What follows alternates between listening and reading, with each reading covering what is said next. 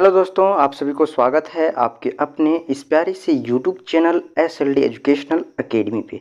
तो चलिए दोस्तों, आज हम लोग आगे की ओर बढ़ते हैं और आज हम लोग जो है इस लेक्चर के अंदर देखने वाले हैं जो आपका वैल्यू एडेड कोर्स का जो आपका सब्जेक्ट है, उस सब्जेक्ट का जो है सिलेबस क्या क्या है। देखिए, वैल्यू एडेड कोर्स जो है आपको वो सेमेस्टर 1 में और सेमेस्टर 4 में पढ़ना है, ठीक है।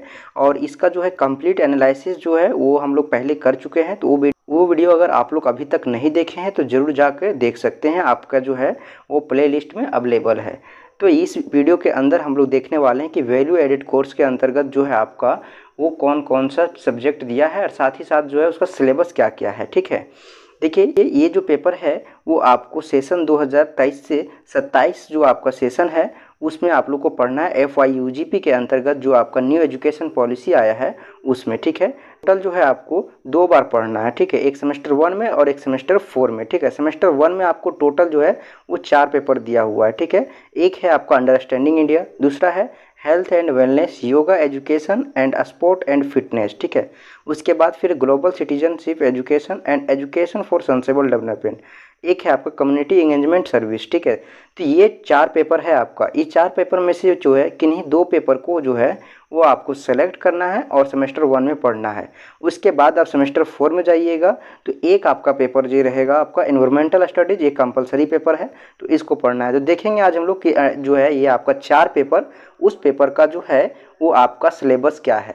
आप सिलेबस को देख लें, उसके बाद देखने के बाद आपको जो है कंफर्टेबल लगेगा उसके अकॉर्डिंग जो है आप 2 पेपर, इन 4 पेपर में से कोई 2 पेपर को आप सेलेक्ट करके अपना रख लीजिएगा, ठीक है। और कमेंट सेक्शन में ज़रूर कमेंट कीजिएगा ताकि जो है आपको आगे जो है ये सिलेबस का जो है आपको सिलेबस के अकॉर्डिंग आपको जो है क्लास मिल सके। देखिए, ये है अंडरस्टैंडिंग का, ठीक है। तो अंडरस्टैंडिंग इंडिया है, ठीक है। तो इसका जो आपका एग्ज़ाम होगा वो एग्ज़ाम होगा तो उसमें आपका जो है 50 नंबर का आएगा, यानी 2 पेपर रहेगा तो दोनों पेपर जो है 100 नंबर का होगा, 50-50 नंबर का, ठीक है ना। तो इसमें जो है वो आपका जो है इंड सेमेस्टर जो होगा एग्ज़ाम वो आपका 2 घंटा का होगा, यानी 2 आवर्स का, और साथ ही साथ जो उसका 50 नंबर का होगा, ठीक है। और जो आपका जो है समय आपका जो इंटरनल एग्ज़ाम होता है, ठीक है, वो आपका एग्ज़ाम नहीं होगा, ठीक है। देखिए यहाँ पे दिया हुआ है कि आपका इंड सेमेस्टर एग्ज़ाम जो है वो आपका 50 नंबर का होगा और 2 आवर्स का होगा, और आपका जो है वो मिड एग्ज़ाम होगा वो नहीं होगा, ठीक है। तो देखिए इस प्रकार से जो है आपका अंडरस्टैंडिंग इंडिया का जो है आपका यहाँ पे दिया हुआ है, ठीक है। और आप लोग को अगर ये PDF चाहिए तो आप लोग टेलीग्राम चैनल को जरूर ज्वाइन कर लें, ठीक है। देखिए यूनिट 1 में है बैकग्राउंड्स ऑफ इंडियाज कल्चर, ठीक है। यानी कि यूनिट 1 में जो है ये आपका हड़प्पा सिविलाइजेशन के बारे में पढ़ना है, एंड वैदिक एज के बारे में पढ़ना है, बुद्धिज़्म और जैनिज़्म या और फिर सनातन के बारे में ये सब पढ़ना है, ठीक है, यूनिट 1 में। फिर यूनिट 2 जो है आपका उसमें है growth and development of India educations and literature. उसके बाद जो है आपका यूनिट 3 है, ठीक है। यूनिट 3 में जो है वो leaders of India's freedom struggles है, ठीक है। उसके बाद 4 में जो है वो जोग्राफिकल फ्यूचर ऑफ इंडिया है।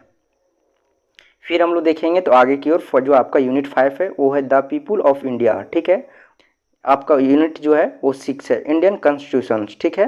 तो ये है आपका सिलेबस, ठीक है। उसके बाद जो है आपका यूनिट 7 है जो है पॉलिटिकल आइडियाज़, ठीक है। उसके बाद द इंडियन इकोनॉमी, लाइफ के बाद यूनिट 9 है, ठीक है। यूनिट 9 में क्या है, देखिए लाइफ एंड आइडियाज़ ऑफ आचार्य विनोबा भावे, ठीक है। विनोबा भावे के जो आइडिया था, विचार था, उनके जीवन में क्या क्या हुआ था, उन सभी चीज़ों के बारे में हम लोग जो है वो यूनिट 9 में पढ़ेंगे। तो इस प्रकार से जो है वो आपका अंडरस्टैंडिंग इंडिया में जो है वो टोटल आपका 9 जो है यूनिट है, ठीक है।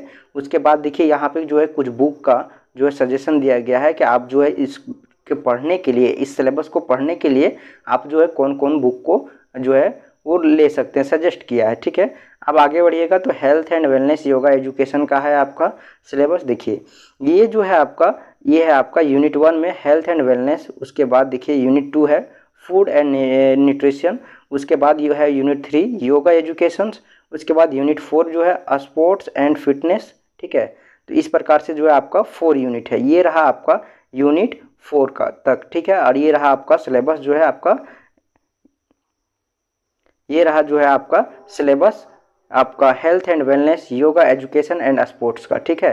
तो इस प्रकार से जो है आप लोग देखें, आगे बढ़ेंगे तो फिर हम लोग को जो है वो एक क्या और पेपर जो आपका था, कम्युनिटी एंगेजमेंट सर्विस, ठीक है। इसका जो देखिए, इसका जो सिलेबस है वो क्या है, देखिए इसका जो सिलेबस है वो कुछ इस प्रकार से दिया हुआ है, ठीक है। देखिए, introduction and basic concept of NSS, ठीक है, यानी कि जो है आपका कम्युनिटी जो होता है, ठीक है, कम्युनिटी के बारे में इसमें पढ़ना है। NSS जो है आपका कम्युनिटी है, उसका कॉन्सेप्ट क्या है, बेसिक कॉन्सेप्ट क्या है, इंट्रोडक्शन क्या है, उसके बाद community mobilisation and nation integration, ठीक है।